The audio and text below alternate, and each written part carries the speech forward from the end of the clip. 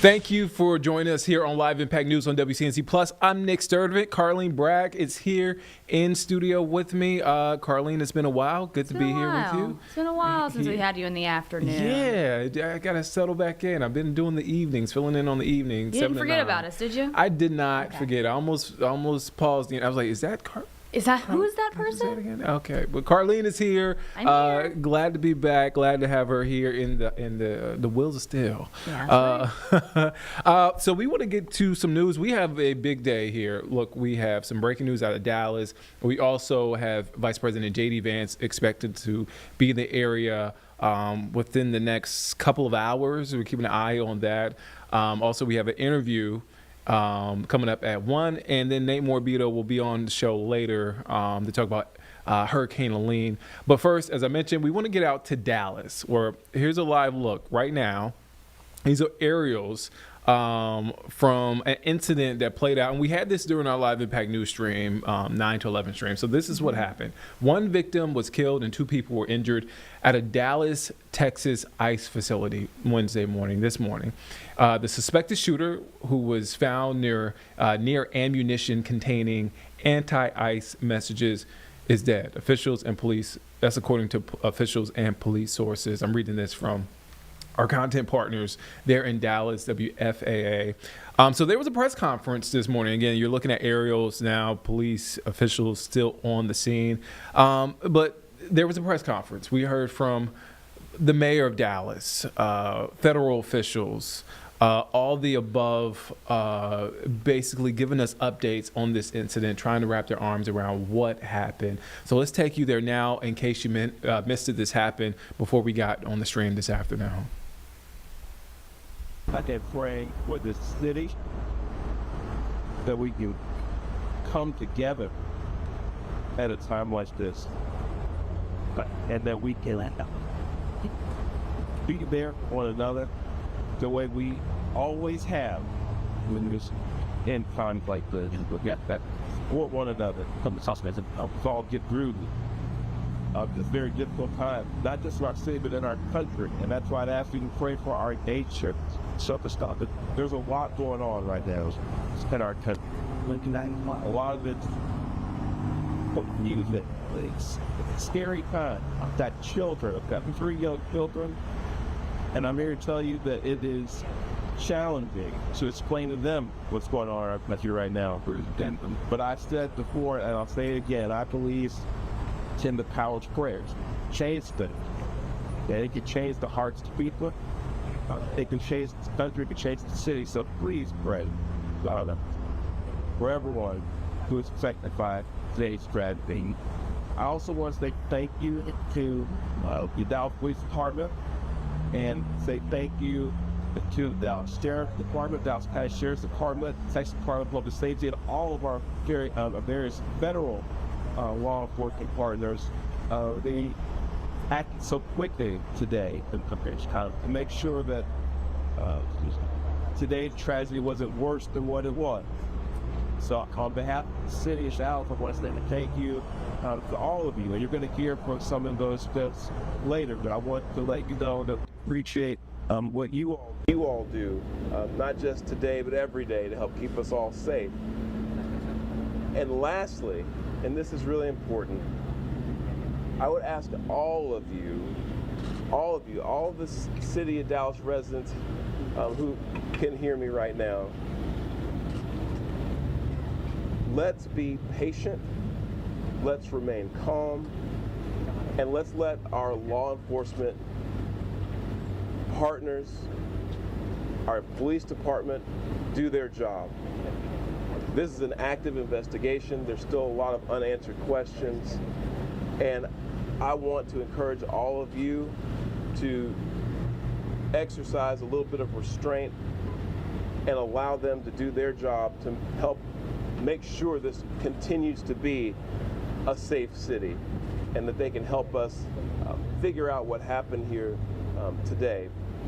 But with that, I want to say, again, thank you to all the folks who came out this morning from our law enforcement community. I'll turn it over to our police chief, Daniel Como, to speak a little bit more directly to the investigation itself. And with that, Chief Como, thank you. Thank you, Mayor. Today at approximately 6:40 a.m., we received a city officer call. We responded to the call, got to the scene, and we later learned that we had 4 individuals that were shot, 2 of them deceased, including the shooter. The DPD was able to locate the shooter, who was deceased. We're going to be working this investigation shoulder to shoulder with our federal partners. The FBI is on scene, and right now I'm going to introduce you to the SAC of the Dallas Field Division, FBI Joe Rumrock. Yeah, good morning. My name's Joe Rothrock. I'm the special agent in charge of the Dallas FBI Field Office. I want to first start by thanking our partners in local law enforcement, specifically the Dallas Police Department, for their quick and timely response. I can confirm at this time that the FBI is investigating this incident as an act of targeted violence. It is unfortunately just the most recent example we've seen of targeted violence, to include here in North Texas, where back on July 4th, we saw a coordinated attack carried out against an immigration detention center in Alvarado, Texas. What I can also share with you is that early evidence that we've seen from rounds that were found near the suspected shooter contain messages that are anti-ICE in nature. Again, this is just the most recent example of this type of attack. This will be a whole of government response. There will be no resource not utilized to bring all those individuals who are responsible to bring them to justice and to hold them accountable. While we're not releasing identities of any victims at this time, what I can confirm for you is no members of law enforcement were hurt during this attack. If any member of the public has information that would help the FBI's investigation, I would ask that you please report that to 1-800-CALL-FBI. Again, any piece of information will be helpful, but this will be an ongoing investigation between us, a number of federal partners, and our local partners, again, to ensure that anyone responsible is held accountable. With that, I will turn it over to my counterpart from the ICE Enforcement and Removal Office. Good morning. My name is Joshua Johnson. I'm the acting field office director for ICE Dallas. I'll be brief with my comments, but I do want to start off by saying thank you to the Dallas Police Department, Dallas FBI, HSI, CBP, ATF, and virtually every law enforcement officer in North Texas for your support. This is the second time I've had to stand in front of you and talk about a shooter at one of my facilities, and I think that the takeaway from all of this is that the rhetoric has to stop. There are people out there who are seeing what is being placed online, and they're coming and they're doing acts of violence against ICE employees. So that's kind of all I have for today, is that it's just got to stop. It's dangerous, and people are losing their lives. Thank you. Thank you all so much for coming. We really appreciate it. Again, thank you all so much. As it was said here today, if you do have any information, reach out to 1-800-CALL-FBI. Thank you. Thank you. This needs to stop. Violence is wrong. Politically motivated violence is wrong.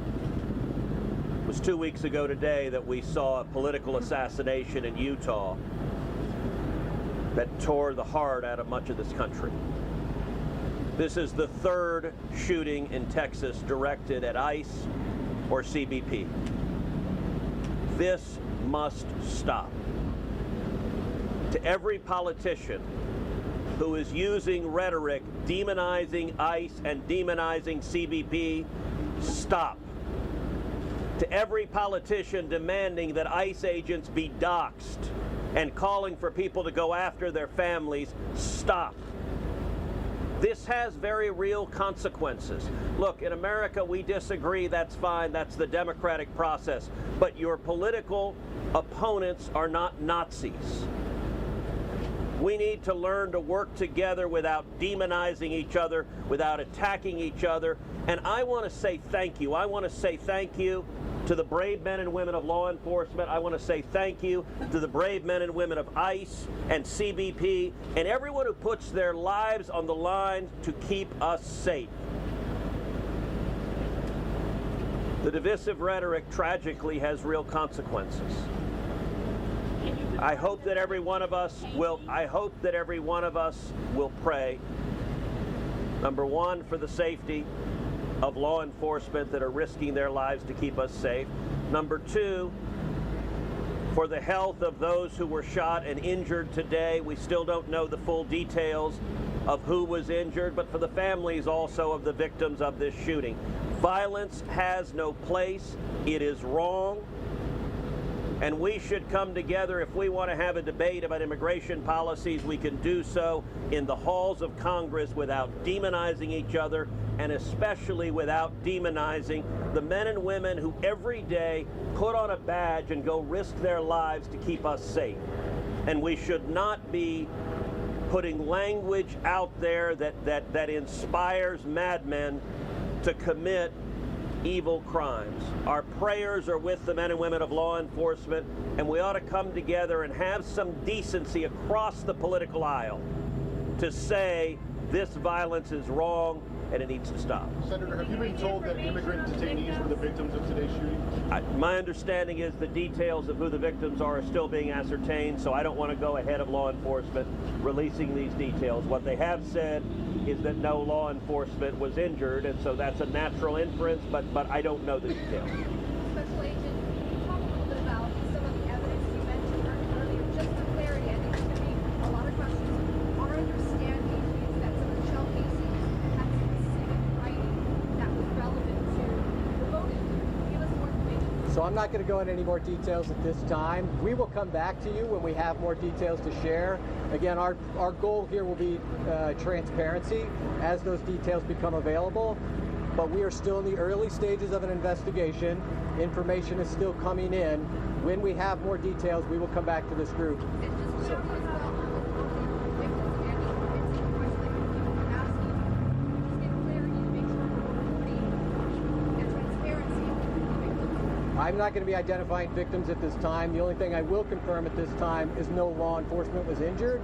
Certainly you can respect law enforcement's need to make notifications. Why are we not saying that they were the detainees that were shot? At this point in time, we're not going to take any additional questions from law enforcement. Again, I'd ask for you to respect the fact that this is an ongoing investigation, and as more details come available... We're not asking for the names of the victims. I understand. In a general sense, I will, if the victims are the detainees. the only thing I can say right now is no law enforcement was injured this morning as part of the attack. I won't be taking any more questions, neither will law enforcement this time. We'll come back to you later today or in the coming days when we have additional information. Thank you for your time. Thank you, Ron.